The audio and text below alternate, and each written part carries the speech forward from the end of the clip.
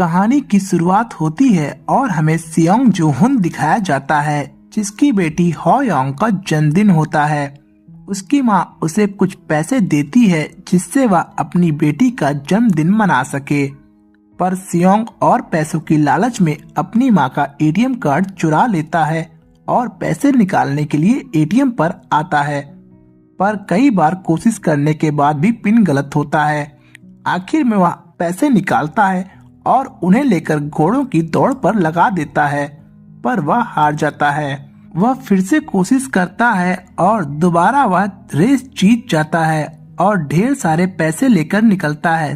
तभी वहाँ कुछ लोग आते हैं। सियोंग उनसे बचकर भागता है और वे सियोंग को पीटने लगते हैं क्योंकि सियोंग ने उनसे पैसे लिए होते थे। वह पैसे देने के लिए जेब में हाथ डालता है, पर उसके पास पैसे नहीं होते। फिर उसे याद आता है कि शायद भागते वक्त जो लड़की उससे टकराई थी उसी ने उसके पैसे निकाल लिए होंगे। सियोंग ने जिनसे पैसे लिए होते हैं वे उसे पीटकर और धमकी देकर चले जाते हैं। सियोंग कुछ पैसों का इंतजाम करके अपनी बच्ची हो-योंग के लिए एक तोहफा लेकर उसके पास जाता है और अपनी बेटी को घर पर छोड़कर फिर वापस स्टेशन ट्रेन पकड़ने आता है, पर ट्रेन तब तक जा चुकी होती है और सियोंग उदास होकर बेंच पर बैठ जाता है दूसरी ट्रेन का इंतजार करने के लिए। तभी वहाँ एक अजनबी आदमी आता है जो सियोंग से कहता है कि वह उसे एक मौका देना चाहता है एक गेम खेलने का, जिसका नाम ताक्षी होता है। वह अजनबी आदमी सियोंग से कहता है कि अगर सियोंग गेम जीत जाएगा तो उसे 1 लाख वॉन मिलेंगे, लेकिन अगर वह आदमी जीता तो सियोंग को उसे पैसे देने पड़ेंगे। सियोंग गेम खेलने के लिए तैयार हो जाता है, लेकिन वह कई बार हारता है तो अजनबी उसे थप्पड़ मारता है, यानी 1 लाख वॉन की जगह 1 थप्पड़। कई बार हारने के बाद आखिर में सियोंग गेम जीत जाता है और उसे 1 लाख वॉन मिलते हैं। फिर वह आदमी सियोंग को उसकी पूरी डिटेल्स बताता है और एक कार्ड देते हुए कहता है कि अगर उसे और भी पैसे कमाने हैं तो यह उसके पास आखिरी मौका है। सियोंग अपने घर आता है और अपनी माँ को पैसे देता है। उसकी माँ सियोंग से बताती है कि उसकी बेटी और उसकी पत्नी इस हफ्ते यूएस जा रहे हैं और हमें पता चलता है कि सियोंग की पत्नी का उससे तलाक हो चुका होता है और उसकी बेटी अपनी माँ के साथ रहती है। सियोंग की माँ सियोंग से उसकी बेटी को वापस लाने को कहती है और अपनी बेटी के लिए सियोंग को पैसे कमाने होंगे। वह कार्ड में लिखे नंबर पर कॉल करता है और कॉल पर उसके डिटेल्स मांगे जाते हैं। अगले सीन में एक वैन आती है जिसमें कई सारे लोग होते हैं। सियोंग को भी उन लोगों की तरह वैन में बेहोश कर दिया जाता है। फिर सबकी आंख खुलती है तो सब एक बड़े से हॉल में बेड पर पड़े होते हैं और उन्हें खास यूनिफॉर्म भी पहनाई गई होती है, यानी सब आधिकारिक रूप से गेम में आ चुके होते हैं। गेम का होस्ट एक काले कोट वाला आदमी होता है जिसका नाम फ्रंटमैन होता है। वह हॉल में आता है और गेम में टोटल 456 लोग होते हैं। सियोंग, जिसका नंबर 456 होता है, वह गेम का आखिरी प्लेयर है और वह प्लेयर नंबर 1 से मिलता है जिसका नाम OL नाम होता है और जो एक बूढ़ा आदमी होता है। प्लेयर 1 सियोंग को बताता है कि उसके सर में ब्रेन ट्यूमर है और जल्द ही मरने वाला है। यहाँ जितने भी प्लेयर गेम में आए होते हैं उन सब में एक ही बहुत कॉमन होती है कि उन सब ने बहुत सारा कर्ज या लोन ले रखा होता है। तभी वहाँ 2 प्लेयर्स के बीच झगड़ा होता है जिसमें से लड़की का नाम सेबयोक और लड़के का नाम जैंग होता है। सियोंग लड़की को देखते ही पहचान जाता है कि सेबयोक ही वह लड़की है जिसने उसके पैसे चुराए थे। सियोंग उससे अपने पैसे मांगता है। तभी वहाँ गुलाबी सूट्स में गार्ड्स आते हैं जिसमें से कुछ ने स्क्वायर और कुछ ने सर्कल मास्क पहने होते हैं। उन गार्ड्स में एक गार्ड सभी प्लेयर्स को बताता है कि उन्हें 6 दिन में 6 गेम्स खेलने हैं और जो सारे गेम्स जीत जाएगा उसे आखिर में ढेर सारा पैसा मिलेगा। उनमें से कुछ लोग विरोध करते हैं, पर बाकी लोग गेम खेलने के लिए मान जाते हैं। उसके बाद सभी प्लेयर से कॉन्ट्रैक्ट फॉर्म भरवाया जाता है, जिसमें टोटल 3 रूल्स होते हैं। नंबर 1, कोई प्लेयर खुद से गेम नहीं छोड़ सकता। नंबर 2, फॉर्म साइन करने के बाद कोई भी प्लेयर गेम खेलने से मना नहीं कर सकता, नहीं तो उसे एलिमिनेट कर दिया जाएगा। और वह एलिमिनेशन कैसे होगा यह तो हमें बाद में ही पता चलेगा। और नंबर 3, हर गेम के बाद प्लेयर्स की वोटिंग होगी, जिसमें अगर बहुमत खेलने के साइड होगी तो गेम आगे खेला जाएगा, पर अगर ज्यादा लोग गेम खेलना नहीं चाहते तो गेम वहीं बंद हो जाएगा। फॉर्म साइन होने के बाद सबको गेम में लाया जाता है, जहां पर सब एक बड़े से मैदान में आते हैं। सियोंग वहां अपने बचपन के दोस्त सांगवू से मिलता है और वह सांगवू से पूछता है कि वह यहाँ कैसे, वो तो बिजनेस ट्रिप पर बाहर गया था, क्या उसने भी लोन ले रखा है। तभी वहां अनाउंस होता है और सभी को सफेद लाइन के पास बुलाया जाता है, जिससे कि पहला गेम शुरू हो सके। पहले गेम में हमें एक बड़ी सी गुड़िया दिखाई देती है और गेम के नियम बताए जाते हैं, जो काफी सिंपल होते हैं कि जब गुड़िया गाना गाएगी तो सबको आगे बढ़ना है, लेकिन जैसे ही गुड़िया गाना बंद कर देगी उस समय जो भी हिलते हुए पाया गया उसे एलिमिनेट कर दिया जाएगा। शुरू में उन्हें यह सब एक मजाक लगता है, क्योंकि इतने सिंपल गेम्स के कोई इतने पैसे क्यों देगा। गेम शुरू होता है और एक प्लेयर मूवमेंट करते हुए पकड़ा जाता है तो उसे गोली मार दी जाती है, और यह होता है इस गेम में एनिमिनेशन का मतलब। यहाँ पर सीधे जान से हाथ धोना। सब प्लेयर्स घबरा जाते हैं क्योंकि उनमें से एक मारा जाता है और सब पैनिक होकर इधर उधर भागने लगते हैं, क्योंकि गेम का यह नियम होता है गाना बंद होने के बाद मूवमेंट नहीं, तो भागने वालों को गोली मार दी जाती है और गेम फिर से शुरू होता है। सियांग का दोस्त उसे हिंट देता है कि उसे कैसे बचना है, और बचे हुए सर्वाइवर्स पहले गेम को किसी तरह पार कर लेते हैं, और जो लोग गेम पार नहीं कर पाते उन्हें भी मार दिया जाता है। फिर मरे हुए लोगों के शवों को एक खास कमरे में लाया जाता है, जिससे उनके शरीर के अंग निकाले जा सकें। बचे हुए खिलाड़ी हॉल में होते हैं जो काफी घबराए हुए होते हैं। तभी वहां सूट वाले गार्ड्स आते हैं और उनमें से स्क्वायर वाला गार्ड बताता है कि उन सब ने पहला गेम जीत लिया है। 456 प्लेयर्स में से 255 प्लेयर्स एलिमिनेट हो चुके हैं। सब काफी डरे हुए होते हैं और वे सब गेम नहीं खेलना चाहते। बचे हुए प्लेयर्स को जीते हुए पैसे दिखाए जाते हैं, जो हर खिलाड़ी पर 25.5 बिलियन वॉन होते हैं।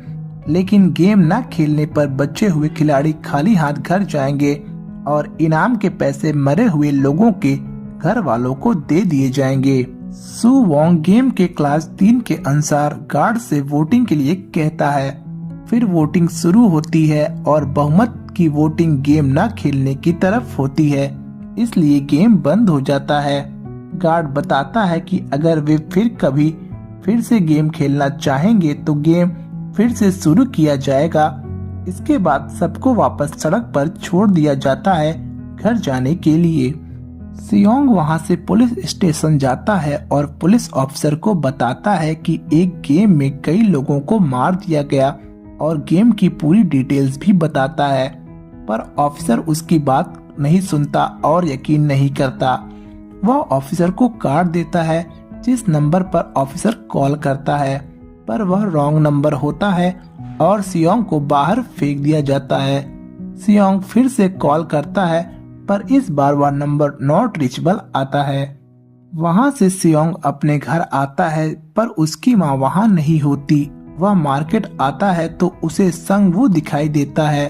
सियोंग उससे पूछता है कि वह परेशान क्यों है, तो संगवू उसे बताता है कि उसके ऊपर 6 बिलियन वॉन का कर्जा है। उसने क्लाइंट के पैसे शेयर मार्केट में लगा दिए और साथ ही अपना घर और जमीन भी। उसी वक्त सियोंग के पास फोन आता है कि उसकी माँ हॉस्पिटल में है और वह हॉस्पिटल आता है तो डॉक्टर उसे बताता है कि सियोंग की माँ का इलाज ना होने से पैर काटना पड़ेगा, जिसमें काफी सारे पैसे लगेंगे। पर उसके पास पैसे नहीं होते हैं और सियोंग ने अपनी माँ के इंश्योरेंस के पैसे भी जुए में उड़ा दिए होते हैं। सियोंग अपने दोस्त से पैसे मांगता है पर वह उसे मना कर देता है। फिर वह अपनी एक्स वाइफ के पास अपनी माँ के इलाज के लिए पैसे मांगने आता है पर वह भी मना कर देती है। उसी वक्त सियोंग की पत्नी का नया पति आ जाता है और उसकी पत्नी उसे बताती है कि सियोंग पैसे के लिए यहाँ आया था। फिर वह सियोंग को पैसे देने आता है और कहता है कि पैसे के बदले उसे बच्चों से दूर रहना होगा। सियोंग उसे मारता है, तभी उसकी बेटी होयोंग उसे देख लेती है। इधर सियोंग का दोस्त अली अपने ऑफिस आता है और अपने बॉस से अपने पैसे मांगता है पर उसका बॉस उसे पैसे नहीं देता। अली की अपने बॉस से लड़ाई होती है और उसके बॉस का हाथ मशीन में फंस कर कट जाता है और अली पैसे लेकर वहां से भाग जाता है और अपने घर आकर अपनी पत्नी को पैसे देते हुए कहता है कि वह अगली फ्लाइट से घर चली जाए और वह काम खत्म होने के बाद घर आएगा। उधर सीप्योक एक एक्सपोर्ट कॉन्ट्रैक्टर के पास आती है क्योंकि उसे अपनी माँ को नॉर्थ से साउथ लाना होता है, लेकिन उसके लिए उसे बहुत सारे पैसे चाहिए होते हैं और पहले वाला एजेंट उसके पैसे लेकर भाग गया होता है। सीब्योक उसे धमकी देती है कि इस बार धोखा नहीं देना और हम देखते हैं कि सीब्योक का एक छोटा भाई भी है जिससे सीब्योक ने अपनी माँ को वापस लाने का वायदा किया होता है। अगले सीन में एक जासूस हुआंग जू हुन अपने भाई के कमरे पर उसे ढूंढने आता है क्योंकि वह कई दिनों से लापता होता है। उसे अपने भाई के कमरे पर वही गेम कार्ड मिलता है जो सियोंग पुलिस स्टेशन लेकर आया होता है। जासूस सियोंग से उस गेम के बारे में पूछता है कि वह गेम कहाँ होता है। वह सियोंग से मदद मांगता है पर सियोंग उसे कुछ नहीं बताता और हम देखते हैं कि पिछले गेम के सभी प्लेयर्स के पास फिर से वही गेम कार्ड आता है और सब वैन में बैठकर गेम फिर से खेलने जाते हैं क्योंकि उनके पास इसके अलावा और कोई ऑप्शन नहीं होता है। डिटेक्टिव वैन का पीछा करता है और वह वैन जिसमें सभी खिलाड़ी बैठे होते हैं एक पोर्ट पर आकर रुकती है जहां कई सारी वैन खड़ी होती हैं और वो डिटेक्टिव चुपके से किसी तरह से पर चढ़ जाता है और एक गार्ड को मार देता है। सभी खिलाड़ियों को गेम हॉल में लाया जाता है और उन्हें गेम के लिए तैयार किया जाता है। गेम में कुल 187 लोग आते हैं और उन्हें नहीं पता होता कि अगला गेम कौन सा होने वाला है, इसलिए सब मिलकर टीम बनाने का प्लान करते हैं। उधर साइब्योक सबसे छुपकर पूरे एरिया को सर्च कर रही होती है तो वह देखती है कि गार्ड्स कुछ बर्तन में बना रहे होते हैं। तभी गार्ड को उसके ऊपर शक हो जाता है और वह अंदर आने वाला होता है, लेकिन साइब्योक तब तक वापस आ जाती है। संगवू को उन पर शक होता है तो वह गेम हॉल की तरफ जाते हुए साइब्योक से कल के बारे में पूछता है। साइब्योक उसे बताती है कि उसने गार्ड्स को बर्तन में कुछ बनाते हुए देखा था। बस इतना ही। सोंगवू को अपने बचपन में हुए खेले गेम की याद आ जाती है। सभी प्लेग्राउंड में होते हैं और यहाँ दूसरा गेम होने वाला होता है जिसका नाम होता है डालगोना कैंडी। इस गेम में 4 शेप्स होते हैं। संगवू सबको अलग अलग शेप सिलेक्ट करने को कहता है। वह सबसे आसान शेप सिलेक्ट करता है और सभी प्लेयर शेप सिलेक्ट कर लेते हैं और हमें पता चलता है कि उन्हें 10 मिनट में उस शेप को सही सलामत उस कैंडी से बाहर निकालना होता है।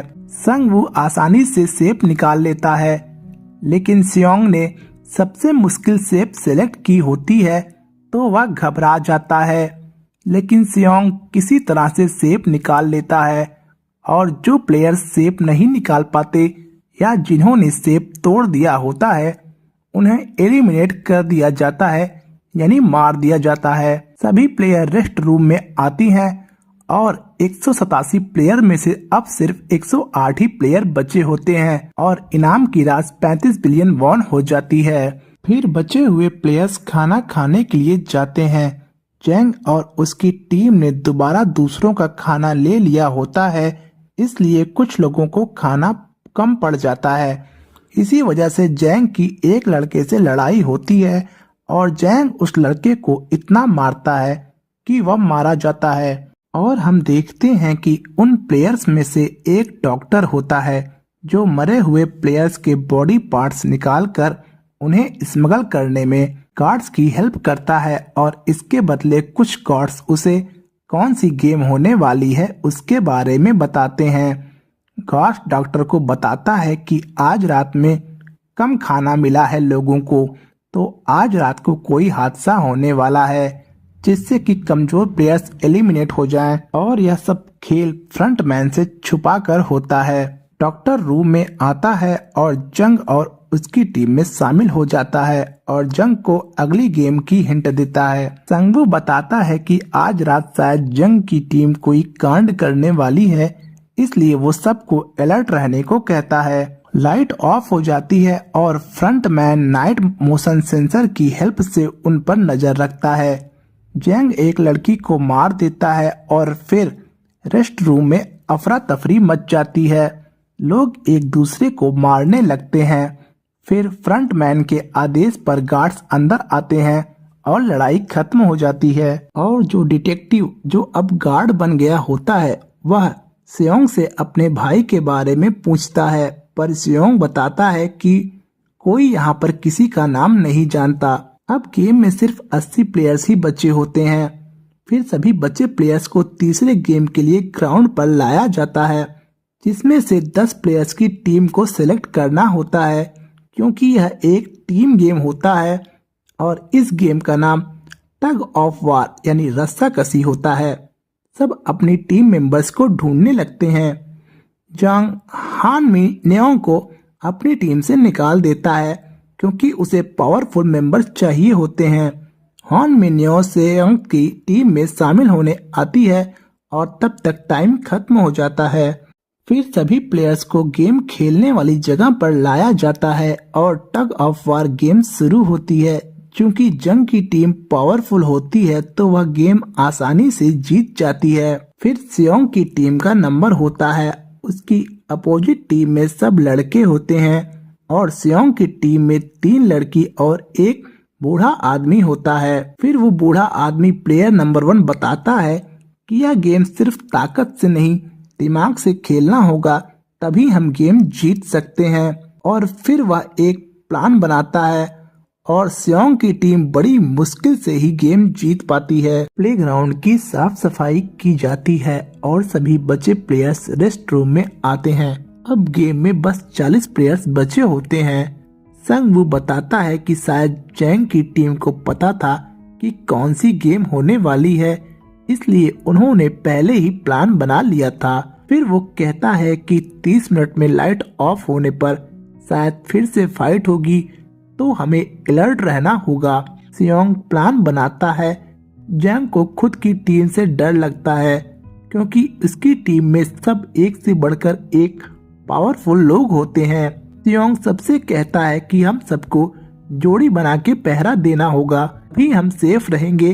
अब अपनी अपनी टर्न डिसाइड कर लेते हैं। इधर डॉक्टर मरे हुए लोगों की बॉडी से आर्गन निकालकर उन्हें स्मगल करने वाला होता है, लेकिन आज 28 और 29 का नंबर होता है डिलीवरी करने के लिए। यहाँ पर गार्ड 29 वही डिटेक्टिव होता है तो अपने भाई को ढूंढने के लिए गार्ड्स बन गया होता है। वहाँ गार्ड्स आपस में बातें करते हैं और किसी प्लेयर के बारे में बताते हैं जिसे वो ज़ॉम्बी कहते हैं और जिसकी बॉडी में सिर्फ एक किडनी होती है और उस डिटेक्टिव के भाई के पास भी एक ही किडनी होती है।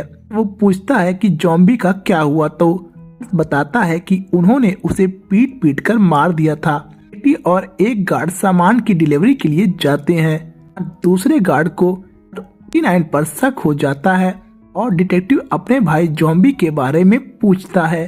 गार्ड उसे बताता है कि वो लड़की थी और उसे कंट्रोल रूम में सभी प्लेयर्स के फाइल को चेक करने को कहता है और डिटेक्टिव उस गार्ड को गोली मार देता है। फिर डॉक्टर गार्ड से अगली गेम के बारे में पूछता है, लेकिन गार्ड्स कहते हैं कि उन्हें नहीं पता कि कौन सी गेम होने वाली है। डॉक्टर को गुस्सा आता है और वो धमकी देने लगता है और गार्ड को अगली गेम पूछने के लिए जाने को कहता है।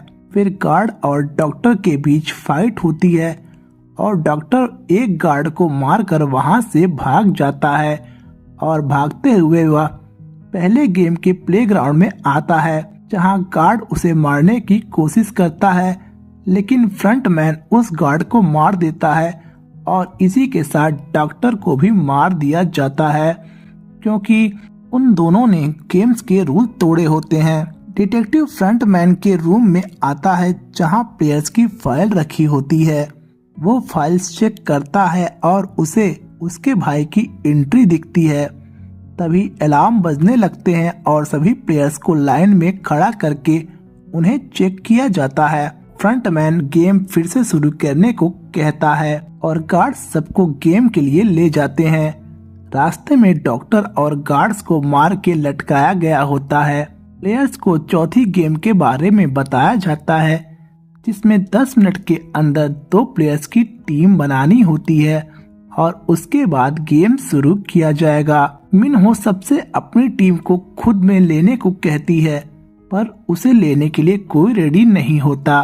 सब अपने साथी प्लेयर्स ढूंढने निकल जाते हैं।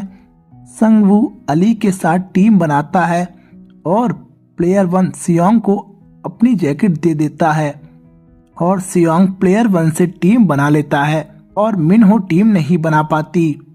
उसे वहां से गार्ड्स लेके चले जाते हैं। सभी प्लेयर्स गेम खेलने के लिए रेडी हो जाते हैं और गेम में एक गांव बना होता है और सभी प्लेयर्स को कंचे दिए जाते हैं। प्लेयर 1 सियोंग को खांगबू बनने को कहता है। खांगबू मतलब पक्के दोस्त, पर अनाउंसर बताता है कि उन्हें ये गेम अपने पार्टनर्स के साथ ही खेलकर उनके कंचे जीतने होंगे और गेम सिर्फ 30 मिनट का होता है। सभी प्लेयर्स गेम खेलना शुरू करते हैं और यहाँ पर एक बात होती है कि प्लेयर्स उन कंचों से कोई भी गेम खेल सकते हैं। प्लेयर 1 अपनी याददाश्त भूल जाता है और अपना घर ढूंढने लगता है और सियोंग काफी परेशान होता है कि किसी तरह गेम खेल सके। सियोंग काफी कोशिश करता है पर प्लेयर 1 गेम खेलने को तैयार नहीं होता। संगवू आता है तो वो अली को धमकाने लगता है। उधर सेबयोक अपने फ्रेंड से बातें करती है क्योंकि उन्होंने डिसाइड किया था कि वो सिर्फ एक गेम खेलेंगे, इसलिए उनके पास काफी टाइम होता है। प्लेयर 1 जिसका नाम OL नाम था गेम खेलने के लिए रेडी होता है और दोनों गेम खेलना स्टार्ट करते हैं। सियोंग गेस करता है और वो हार जाता है, पर प्लेयर 1 की याददाश्त कमजोर होती है तो वो सियोंग से पूछता है कि उसने क्या सेलेक्ट किया था और सियोंग उसे झूठ बोल देता है कि उसने इवन नंबर सेलेक्ट किया था।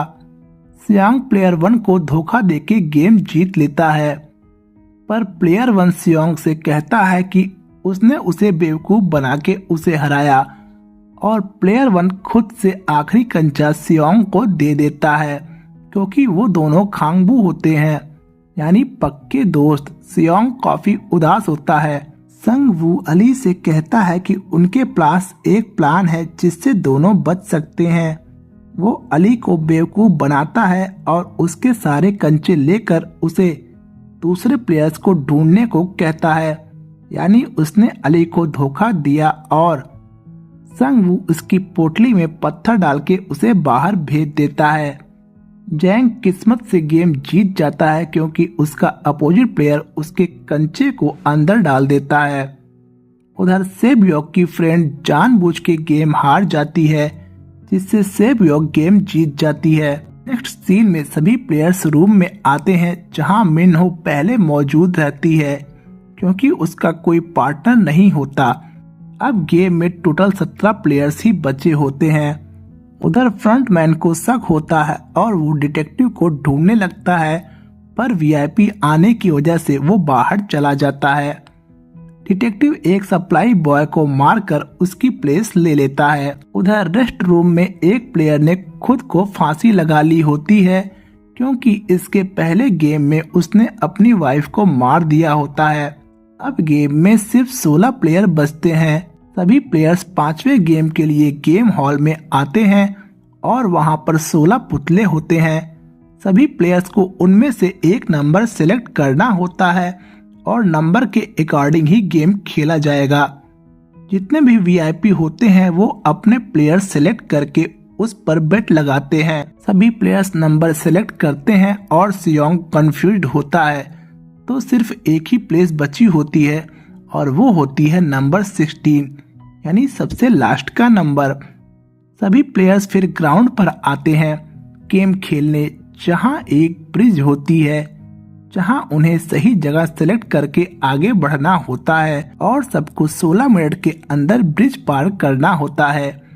और इस गेम का नाम होता है स्टेपिंग स्टोन। गेम स्टार्ट होती है, कुछ प्लेयर्स गिर के मर जाते हैं। अब जैंग सबसे आगे होता है और वो आगे बढ़ने से मना कर देता है और वो दूसरे प्लेयर्स को आगे जाने को कहता है। उधर डिटेक्टिव एक वीआईपी से गेम के बारे में जानकारी लेने के लिए उसे किडनैप कर लेता है। जैंग के पीछे मिन्हो होती है और वो जैंग से कहती है कि वो आगे जाएगी। जैसे ही मिन्हो जैंग के क्लास पर आती है, वो जैंग को पकड़ लेती है और उसे लेकर एक साथ नीचे गिर जाती है। लेकिन तभी यहाँ पर एक ट्विस्ट आता है। बचे हुए प्लेयर्स में से एक प्लेयर ऐसा होता है जिसे क्लास की जानकारी होती है और वो लाइट के रिफ्लेक्शन से सही क्लास देख के आगे बढ़ता है, क्योंकि वो क्लास मैन्युफैक्चरिंग कंपनी में वर्कर था। तभी फ्रंट मैन ग्राउंड की लाइट ऑफ कर देता है जिससे वो रिफ्लेक्शन देख ना पाए। वो प्लेयर भी नीचे गिरकर मर जाता है। बाकी बचे हुए लोग ब्रिज से उस पार हो जाते हैं और ब्रिज खुद ही टूट जाता है। उधर डिटेक्टिव पानी के रास्ते से बाहर भाग जाता है।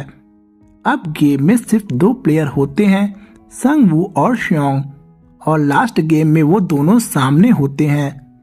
दोनों के बीच टॉस होता है और सियोंग टॉस जीत के ऑफेंस सेलेक्ट करता है। संग वू को डिफेंस मिलता है। गेम का नाम स्क्विड गेम होता है। कार्ड दोनों को रूल बताता है और गेम में टोटल 3 रूल होते हैं और ये सबसे वायलेंट गेम होता है।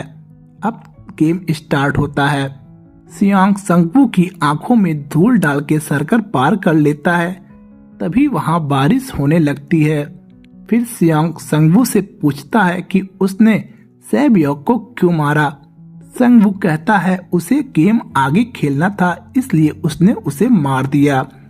और हमें पता चलता है कि संगवू ने ब्रिज गेम के बाद सैबयोक को मार दिया होता है। दोनों के बीच फाइट स्टार्ट होती है और काफी धमाकेदार एक्शन सीन देखने को मिलता है। सियांग संगवू को नहीं मारता और उसे जिंदा छोड़ के आगे चला जाता है। फिर वो गार्ड से कहता है कि उसे गेम नहीं खेलना और मेजॉरिटी चाहे तो गेम खत्म हो सकती है। वो संगवू से घर चलने के लिए रिक्वेस्ट करता है, पर संगवू खुद को मार लेता है और गेम यहीं पर खत्म हो जाती है। अगले सीन में वैन सियोंग को आंखों पर पट्टी बांधकर रोड के पास एक कार्ड के साथ छोड़कर चली जाती है और सियोंग के अकाउंट में काफी सारे पैसे दिखते हैं। फिर सियोंग अपने घर आता है, पर उसकी मां मर चुकी होती है और हमें कुछ साल बाद का सीन दिखाया जाता है। सियोंग समंदर के किनारे बैठ के बियर पी रहा होता है और एक बूढ़ी औरत उसे फूलों का गुलदस्ता देती है, जिसमें सियोंग को गेम कार्ड मिलता है और एक एड्रेस। सियोंग उस एड्रेस पर आता है जहां प्लेयर 1 OL नाम होता है। सियोंग उससे पूछता है कि वो कौन है और जिंदा कैसे है और उसने उसे क्यों जिताया। प्लेयर 1 सियोंग से फिर से गेम खेलने को कहता है। प्लेयर 1 सियोंग से कहता है कि उसे जीते हुए पैसों का इस्तेमाल करना चाहिए और वो बताता है कि उसने मजे के लिए ये सब गेम स्टार्ट किया। और हमें पता चलता है कि प्लेयर 1 कोई प्लेयर नहीं बल्कि वो वही 7वां VIP होता है और वो बूढ़ा आदमी बातें करते करते मर जाता है। यहाँ सीन कट होता है और सियोंग सैबयोक के भाई को संगवू की मां के पास काफी सारे पैसों के साथ छोड़ के स्टेशन पर आता है, जहां उसे वही सेल्समैन दिखाई देता है जिसने उसे गेम कार्ड दिया होता है। सियांग उसे पकड़ने के लिए भागता है, पर सेल्समैन वहां से चला जाता है और सियांग कार्ड को दूसरे आदमी से लेकर कॉल करता है। फिर वो वापस आते दिखाई देता है नेक्स्ट गेम ज्वाइन करने के लिए और मूवी यहीं पर एंड हो जाती है। तो चलिए अब बात करते हैं इस मूवी से रिलेटेड इंटरेस्टिंग फैक्ट्स के बारे में। इस सीरीज के डायरेक्टर ह्वांग डोंग-ह्यूक ने कहानी 2008 में ही लिख ली थी, लेकिन उस वक्त प्रोड्यूसर्स ने इसे बहुत ही अजीब और वायलेंट कह के रिजेक्ट कर दिया था। डायरेक्टर की हालत इतनी खराब थी कि उन्हें अपना लैपटॉप तक बेचना पड़ा था। शुरुआत में जब रूम में 456 बेड लगे होते हैं तब किसी ने ध्यान नहीं दिया, लेकिन जैसे जैसे खिलाड़ी कम होते गए और बेड हटते गए, दीवारों पर बने पेंटिंग्स साफ दिखने लगे। उन पेंटिंग्स में पहले ही दिखाया गया था कि कौन सा गेम होने वाला है, यानी गेम की सारी जानकारी खिलाड़ियों की आंखों के ठीक सामने होती है, पर वो देख नहीं पाते। नंबर 3, सीरीज के पहले एपिसोड में जो बिजनेस कार्ड दिखाया गया था उस पर मौजूदा फोन नंबर असली था। वह नंबर दक्षिण कोरिया के एक व्यक्ति का था। सीरीज हिट होते ही उसे दिन में 4000 से ज्यादा कॉल्स आने लगे। बाद में नेटफ्लिक्स को उस सीन को एडिट करना पड़ा और उस व्यक्ति को मुआवजा भी देना पड़ा। नंबर 4, स्क्विड गेम में सेट काफी हद तक असली था और वहाँ पे जो विशाल गुड़िया पहले गेम में होती है वह कोरिया के एक म्यूजियम से मंगवाई गई थी। बच्चों की खेल वाले मैदान को इतना बड़ा बनाया गया था कि एक्टर्स को सच में बच्चों जैसा महसूस हो, और कांच का पुल वह जमीन से करीब 5 फीट ऊपर था, इसलिए एक्टर्स के चेहरे पर दिखने वाला डर काफी हद तक असली था। इसी के साथ सीरीज के हिट होते ही मार्केट में सफेद स्लिप ऑन जूतों की सेल 78% तक बढ़ गई थी। मूवी में एक वर्ड मिलता है जो होता है गांगबू। इसका इस्तेमाल पक्के दोस्तों के लिए किया जाता है। कोरियाई संस्कृति में इसका मतलब उन पड़ोसियों या दोस्तों से होता है जो अपने कंचे और खिलौने आपस में साझा करते हैं और एक दूसरे पर पूरा भरोसा करते हैं। और लास्ट और सबसे इंटरेस्टिंग फैक्ट, मूल स्क्रिप्ट में साइप योग का किरदार पहले एक लड़के का होने वाला था, लेकिन बाद में डायरेक्टर्स ने इसे बदलकर एक महिला का किरदार कर दिया। तो दोस्तों, अगर वीडियो और इससे रिलेटेड फैक्ट्स आपको अच्छे लगे हैं तो वीडियो को लाइक करें और चैनल को सब्सक्राइब करें।